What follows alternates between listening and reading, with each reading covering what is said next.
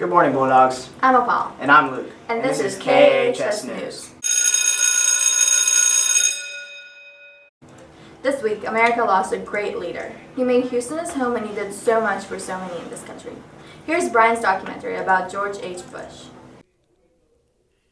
George Bush was inaugurated president in 1989. Born in America in the 1920s, he was raised in a large and affluent family. His father, a senator, passed on a tradition of being public servants, and at 18 years old, he was the Navy's youngest fighting pilot in the Second World War.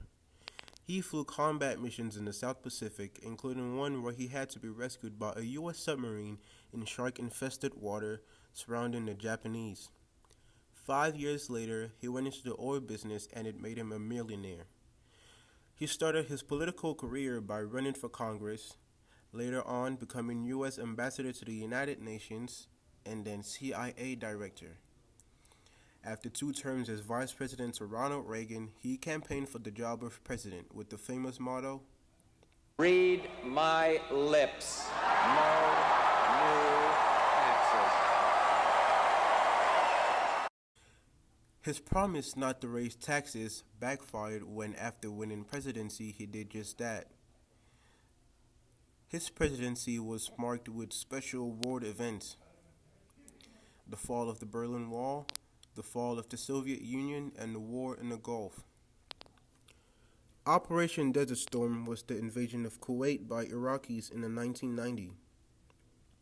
Airstrikes and ground attacks removed Saddam Hussein's forces from Kuwait and led to the surrender of Iraqi troops. Bush was later criticized for not moving into the country of Kuwait, simply for the reason because he thought the war would cost too many lives. This decision was popular at the time, but the economy fell into a recession, and Bush paid the price when he challenged Bill Clinton in 1992. After losing the elections, he maintained an active life, including skydiving regularly to mark special birthdays. A couple years later, his health started to gradually decline, and he developed a form of Parkinson's disease. When his wife Barbara died, it took quite a toll and ended the longest marriage in any presidential couple in U.S. history, with the length of 73 years. His funeral was attended by the presidents and their wives.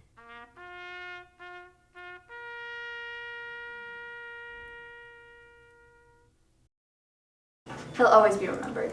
Here's a few of our excelling athletes committing to their next step in their academic and athletic life.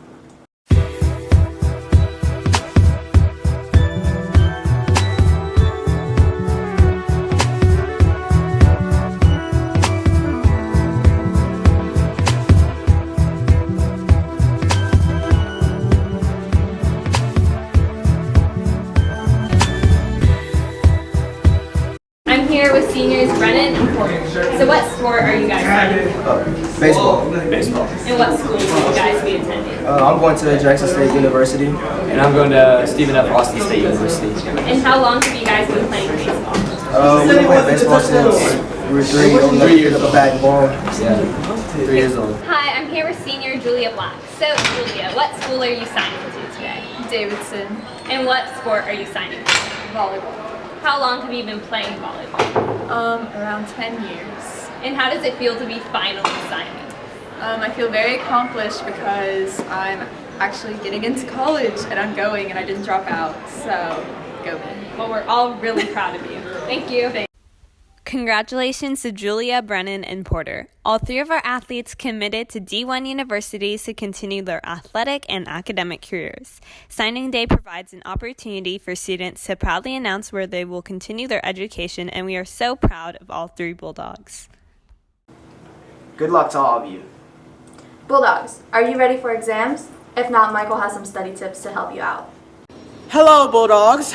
As you know, it is that time of year again. Exams. Now, don't worry, don't get stressed, because I am here to help provide study tips so you can ace that exam. Let's dive in, shall we? The first tip is to assemble a study guide. Cramming lowers your ability to obtain information. So instead of cramming, make a day-to-day schedule so you can keep track of what you have accomplished. The second tip is to use study apps. Yes, they're out there. They're right here on your phone. Take advantage of them.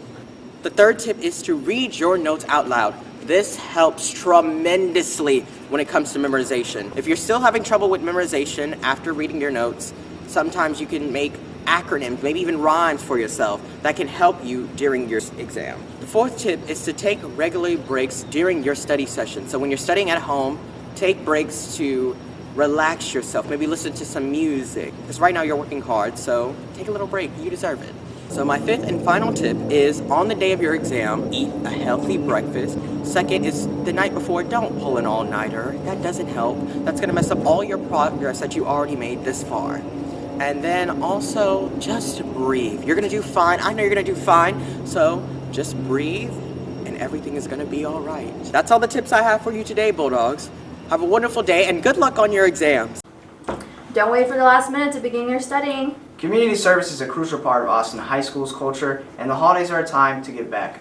Czar and Justice have a few suggestions for you to give back to the community.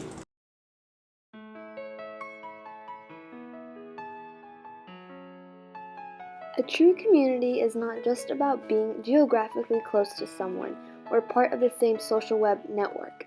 It's about feeling connected and responsible for what happens. Humanity is our ultimate community, and everyone plays a crucial role. We cannot seek achievement for ourselves and forget about progress and prosperity for our community. Our ambitions must be broad enough to include the aspirations and needs of others, for their sakes and for our own. Help the community by going to Blue Jeans Go Green Denim Recycling website. There, you will be able to look for a store or event near you and donate your denim, or you can mail it to them.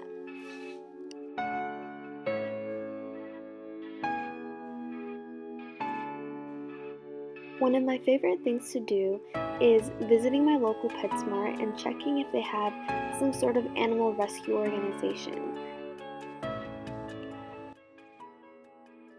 Other ways you can help are by setting up a card writing event at your local library or conducting a toy drive for underprivileged children.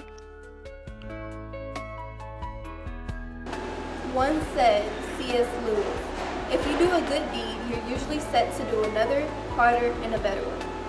Thank you for tuning into this great information on giving back. I think it's important to give back all year round, but especially during Christmas. Bulldogs, have you been wanting to go to our boys' basketball games but don't know when and where? Zarek and Dorian have the schedule for you.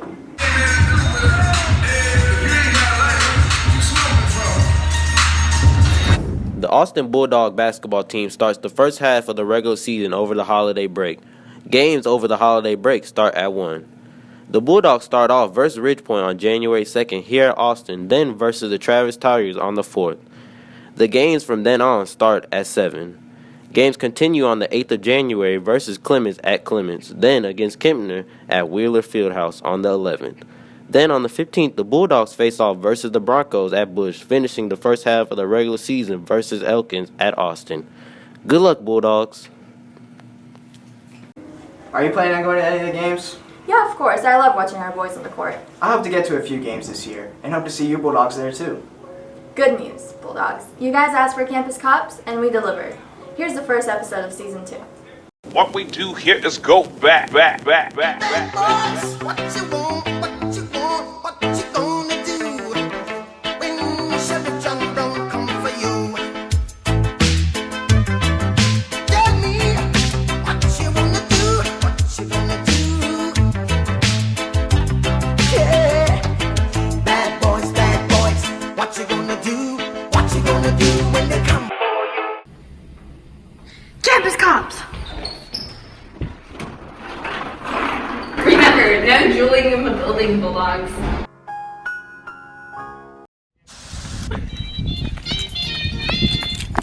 Again? I thought you said no in the building. No dueling anywhere on school property. And why are you always in the bathroom? Porter, more like porta potty.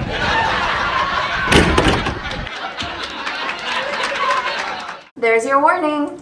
We'll be keeping an eye out for the bad guys. Have you noticed the snowflakes in the main hall and wonder what is that? Here's all the info. So, Ms. Collins, what significance does the Snowflakes hold? We wanted to come up with a school-wide project that everyone could show the diversity at Austin High School at the holiday time. So we wanted each club and different groups of classes to get involved in making an art project because we feel like art's for everyone. Ms. Groves, do you feel that the Snowflakes are a testimony to Austin's creativity? Absolutely, and definitely in the diversity as well, because it shows that the campus is able to come together and show how unique it is individually, but as a group, as a whole, they can show their diversity with their individualism and as a group. And the final question would be, what do you think this tradition says about Austin's creativity as a whole to keep coming up with new snowflake ideas each year? Well, I think that it's a great way to get everyone involved. They get to see how it's a struggle to be creative and what goes through the process, and then they get to see the pride of having their artwork on display for their club. And it's kind of also competitive to see which club can come up with the best idea to display their strengths. And so we're really proud of everyone's work and all the contributions that we got so far. Yeah. All right. Thank you for taking time out of your day. I appreciate the interview. Thank you so much. Thank you. Yeah. It was great. Yeah. We enjoyed. That's a great idea. Make sure to check those out. Support the NJROTC Christmas Party. Tickets are $15 and it should be lots of fun. Food is provided and there's a dance battle between Enigma and ASA, so come out and see who will win. That's all we have for this week, Bulldogs. Have a great weekend.